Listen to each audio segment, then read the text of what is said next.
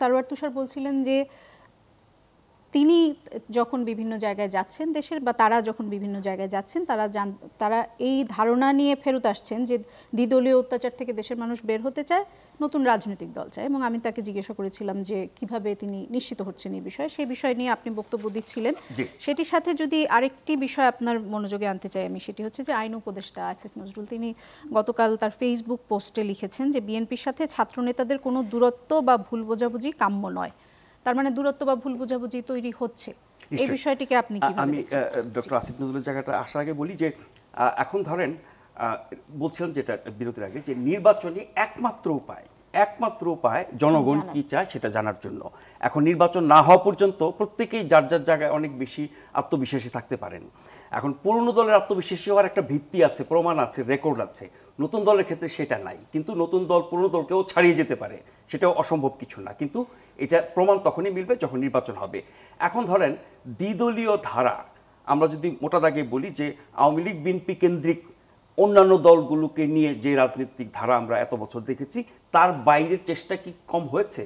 তৃতীয় শক্তির উত্থান প্রয়োজন, এই দ্বিদলীয় বলয় থেকে বেরিয়ে আসা দরকার, এই রাজনৈতিক চক্র থেকে মানুষ মুক্তি চায়, এ কথা কি আমরা নতুন শুনছি? বহু বছর ধরে শুনছি। এবং ওই বাস্তবতায় বিভিন্ন সময় অনেক বড় বড় রাজনৈতিক ব্যক্তিত্ব, একেবারে দেশ বরেণ্য ব্যক্তিত্বরা কিন্তু অনেক চেষ্টা করেছেন।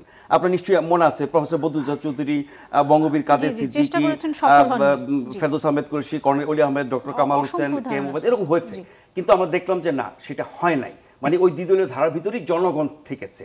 তার বাইরে আসা দরকার কিনা, কতজন মানুষ চায়, তার প্রমাণ হচ্ছে জনগণ। তো জনগণ যখন তৃতীয় শক্তিকে সেভাবে ক্ষমতায়িত করে নাই, তার মানে হচ্ছে সেটা তারা চায় না। হ্যাঁ, আমি বলছি আগে হয় না বলে এখন হবে না, আমি সেটা বলছি না। কিন্তু হবে কি না, জনগণ চায় কি না, সেটা নির্বাচন আগে আপনি বুঝতে পারবেন না। পরীক্ষা দেওয়ার আগে সব ছাত্ররাই মনে করে আমি খুব ভালো রেজাল্ট করবো, ফার্স্ট ডিভিশন পাবো, ফার্স্ট হবো, কিন্তু পরে দেখা যায় অনেকেই ফেল করে। তো পরীক্ষা ছাড়া আপনি বলতে পারবেন না কার কি অবস্থান। এখন নতুন একটি রাজনৈতিক দল যারা করতে যাচ্ছেন, তারা জনগণের কাছে যাচ্ছেন, তাদের মতামত নিচ্ছেন এবং তারা তাদেরকে তাদের আকাঙ্ক্ষার কথা বলছেন। এইটা গোটা জনগোষ্ঠীর কত শতাংশ? এই প্রসঙ্গে যদি আপনাকে একটু বলি যে ওনারা তো বলছেন, সরকার তো বলছেন যে তারা নির্বাচন দিবেন, তারা তো বলছেন না তারা নির্বাচন দিবেন না। তারা বলছেন যে এই বছরের শেষ বা আগামী বছরের মাঝামাঝি গিয়ে একটা নির্বাচন হবে। বিএনপি আরও আগে নির্বাচন চাচ্ছে এবং সেই বিষয়টিকে বৈষম্য বিরোধী ছাত্র আন্দোলন বলছে, তারা বলছেন যে এটি ঠিক না, কারণ এত বড় আন্দোলন শুধুমাত্র নির্বাচনের জন্য হয়নি, তাই তারা আগে সংস্কার করে কিছু বেসিক সংস্কার তারা আগে করতে চান, যাতে তারা নিশ্চিত করতে পারেন যে ফ্যাসিবাদী সরকার আর না আসতে পারে ক্ষমতায়। বিএনপির কথা হচ্ছে যে সরকার নির্বাচিত হবে তারা এসে সংস্কার করবে। হ্যাঁ, এই বিতর্কটা দীর্ঘদিন ধরে হচ্ছে। তবে বৈষম্য বিরোধীরা কি চাচ্ছেন, বিএনপি কি চাচ্ছে বা অন্যান্য দল কি চাচ্ছে, তার বাইরে যে সরকারের অধীনে এইগুলো নিষ্পত্তি হবে। আপনার কি মনে হয় নির্বাচন কখন হওয়া দরকার? না, কখন হওয়া দরকার বলা মুশকিল, কিন্তু যেই বাস্তবতায় আমরা আছি, রাজনৈতিক দলগুলোর যে অবস্থান এবং এই সরকার দায়িত্বে আছেন, ক্ষমতায় আছেন, সারা দেশের নানান রকমের সমস্যা সংকট যেভাবে চলছে, সেই জায়গায় নির্বাচনটা যত দ্রুত সম্ভব হওয়া দরকার। তবে সব পক্ষের বক্তব্য, নির্বাচন কমিশন, সরকার, প্রশাসন, রাজনৈতিক দল, সববার অবস্থান দেখে আমার মনে হয় এই বছরের মধ্যেই হওয়া সম্ভব এবং হয়তোবা তাই হবে। এবং ডক্টর মোহাম্মদ ইউনূস কিন্তু তাই বলেছেন, 25-এর শেষ অথবা 26-এর মাঝামাঝির মধ্যে। তাহলে উনি তো বলেছেন যে ন্যূনতম সংস্কার হলে পরে 25-এর মধ্যে, আর যদি একটু বেশি সংস্কার করতে হয় তাহলে 26-এর মধ্যে।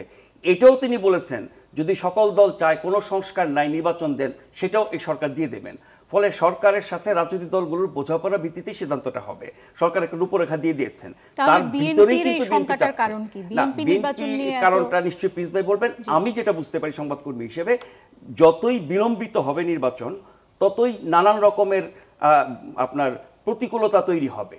সেটি হয়তো শুধু বিএনপি না, অন্য অনেক দলের জন্য। কি ধরনের প্রতিকূলতা? প্রতিকূলতা বলতে ধরেন, আমরা তো জানি যে বাংলাদেশের বাস্তবতা কি শুধু বাংলাদেশের যারা প্লেয়ার্স, ফ্যাক্টরস, অ্যাক্টরস তাদের মধ্যেই সীমাবদ্ধ না।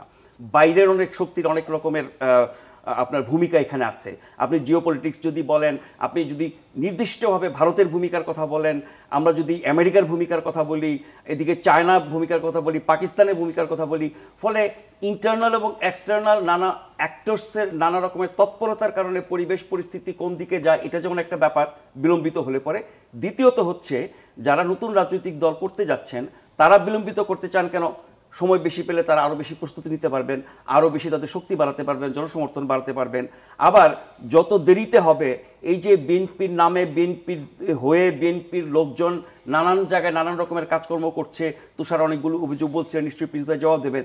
তার ফলে যত দেরিতে হবে ততই বিএনপির এই 16 বছর নির্যাতিত হওয়া, আন্দোলন করা, সরকারের বাইরে থাকা, এর যে সুফলটা সেটা হয়তো আস্তে আস্তে কমতে থাকবে। সেটাও বিএনপির তাড়াতাড়ি নির্বাচন চাওয়ার একটা কারণ হতে পারে। তবে শেষ কথা আমি বলি যে নাগরিক হিসাবে বলবো যে নির্বাচন যত দ্রুত সম্ভব হওয়া দরকার, যত দ্রুত সম্ভব গণতান্ত্রিক এবং নির্বাচিত সরকার ব্যবস্থা যাওয়া দরকার, তত বেশি হয়তো দেশের জন্য লাভ হবে। আপনি যত বিলম্বিত করবেন সংকট বাড়বে, এবং সেটি বললাম দেশের ভিতর এবং বাইরের মিলে। জি, জনাব নাজমুল আশরাফ।